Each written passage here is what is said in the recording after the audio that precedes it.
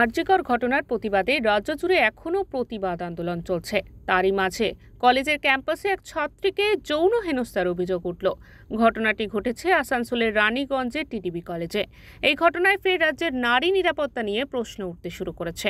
এই বিষয়ে টিটিবি কলেজের টিচার ইনচার্জ মিলন মুখার্জি বলেন, কলেজের এক ছাত্রীর অভিভাবকদের তরফে একটি অভিযোগপত্র এসেছে।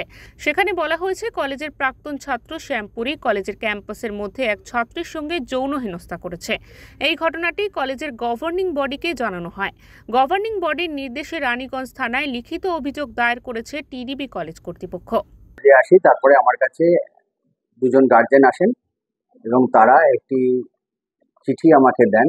সেখানে তাদের মেয়ের সঙ্গে, যে আমার বোনাফাইড স্টুডেন্ট এখানকার, তার সাথে একটা সেক্সুয়াল হ্যারাসমেন্টের কেস হয়েছে বলে উনি উল্লেখ করেন।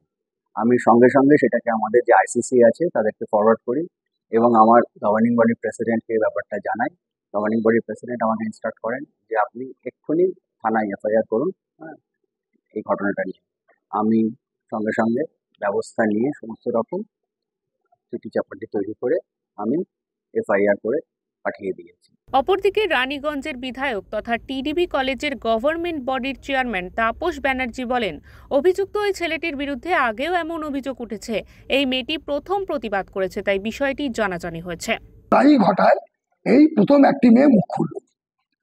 কারণ এর আগেও আমি অভিযোগ পেয়ে আমি আগের যিনি ওসি ছিলেন এবং আগের যিনি প্রিন্সিপাল ছিলেন আশিস রায়, তাকে দিয়ে চিঠি করিয়েছিলাম যে বহিরাগতরা কলেজটাকে একটা মুক্তাঞ্চল করছে।